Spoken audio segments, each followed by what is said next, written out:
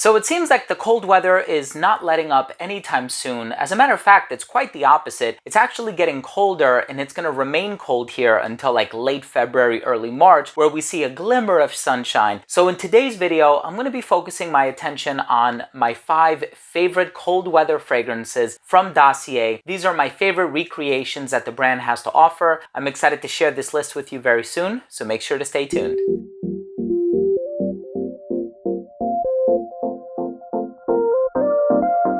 Now, before I begin today's episode and I tell you about the 5 Dossier fragrances that I enjoy wearing the most in the colder weather, and they will vary depending on the occasion, whether I'm wearing them indoors or to work, so I'll make sure to clarify all of that. I want to start things off by saying that if you're a fan of fragrance-related content, please do consider supporting the channel by subscribing to it. Hit the bell icon so you could be notified whenever I do upload future videos to the channel, and of course, give this video a thumbs up if you enjoyed it or if you took something of value from today's episode. It would really mean a lot to me. So these are fragrances that are more popular iterations of famous designer or niche fragrances. I think at one point I've reviewed every single fragrance in this list, and the reason I've reviewed it is because I actually am really interested in them, and these are fragrances that I genuinely wear. So feel free to do a quick search here on YouTube if you're interested in hearing my more in-depth thoughts on any one of these fragrances. But with that being said, let's just go ahead and start things off with the first one. This one is called Oriental Sage.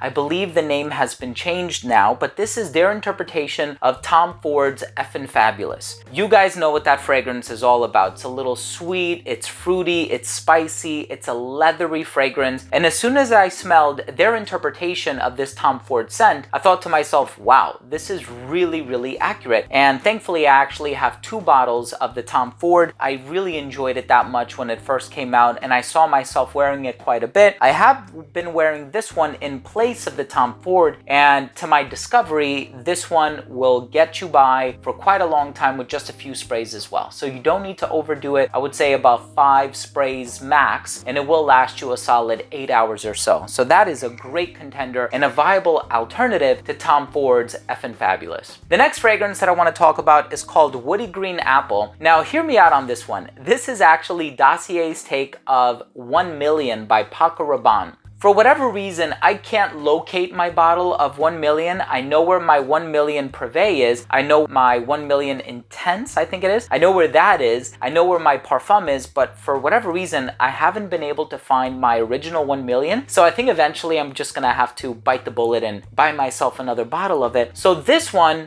for a really inexpensive price tag, actually gives you such a comparable experience. As a matter of fact, the first time I smelled it, I thought to myself, yeah, it just smells like 1 Million, right? It brought back the same memories. Really accurate with the apple that is in here, that sort of that gum, bubble gum. I know some people like to contend that and they say it's not actually bubble gum, but it does have like this sort of candy gum, kind of an aroma to it. Some people would argue it's a little bit on the youthful and juvenile side, but personally, I really like the sweetness, and I think the brand did something very quirky and original for its time.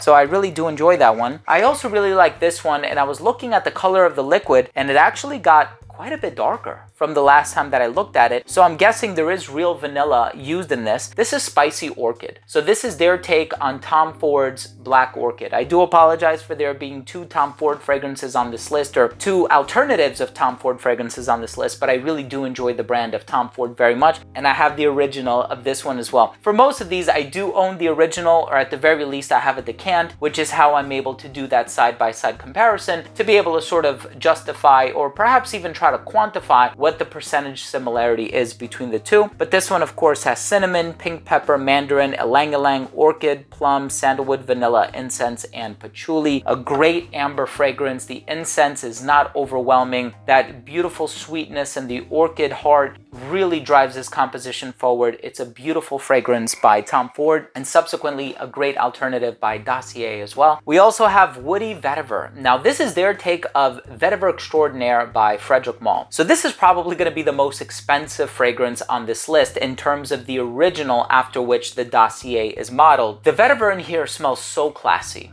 It's very refined, very dressed up, very elegant. It is a CEO type of a fragrance. It conveys that you mean business. And I think that's because there are some other dark ingredients alongside the vetiver. So you do have sandalwood and oak moss, so it kind of creates that woodsy green dry down. In addition to the vetiver, you have cedarwood and myrrh. The myrrh is not overly resinous or incensey or anything like that, which I really appreciate. And in the opening, you have pink pepper, bergamot, and bitter orange. So it has this clean freshness in the opening that I really enjoy. And with that being said, we have our number one. Now, I have to admit, I do have a bottle of the original. I've had several bottles of the original. It's actually one of my wife's favorite fragrances of all time, and I always buy her a new bottle of this for the holidays, and she seems to really enjoy it, especially around this time of the year. She can't get enough of it. She's actually been wearing the Dossier in place of the original, and while I'm not the biggest fan of this fragrance, I would reckon to say that this is probably Dossier's bestseller, just because they did such a great job at recreating the original, and the price is amazing, and you're saving a lot of money on this too. And I just think the brand has stepped up their game so much with the magnetic caps and everything clicks into place. Beautiful. This one is Woody Sandalwood, and this is their interpretation of Le Labo's Santal 33. Guys, you know all about Le Labo, the sandalwood, the papyrus. It's a little dark, it's earthy, it's so unique. Or at one point it was unique before a lot of other brands kind of tried doing their own thing and reinterpreting the DNA. But at least with Dossier, this is the equivalent of like a works cited page on an MLA essay. This is where they say, this is not our fragrance. This is our inspiration of a popular fragrance. So I do appreciate that disclosure. I appreciate that transparency. And it's a wonderful fragrance. A complete note breakdown: violet leaves, cardamom, orris, ambrox, cedarwood, cypriol, musk, sandalwood, and amber. They forgot the papyrus. In any case, this is a great fragrance. I really do enjoy the original Santal 33. I do prefer some others from the brand. For example, I prefer Rose 31. On many occasions, Bergamot 22 is one of my favorites. Labdanum 18 is also one I've been really enjoying recently. Thé Noir 29 is probably one of the easiest to wear in terms of seasons, but Santal 33 and subsequently Woody Sandalwood is a great alternative to it. Thank you for watching 5 Dossier fragrances that I personally like wearing in the winter or in the colder weather. If you have any experience with this brand, let me know what you think. Leave a comment down below. Thank you so much for watching. If you enjoyed this video or if you learned something today, please do consider supporting the channel by subscribing to it. Hit the bell and give it a thumbs up. Love you guys, and we'll see you tomorrow. Bye.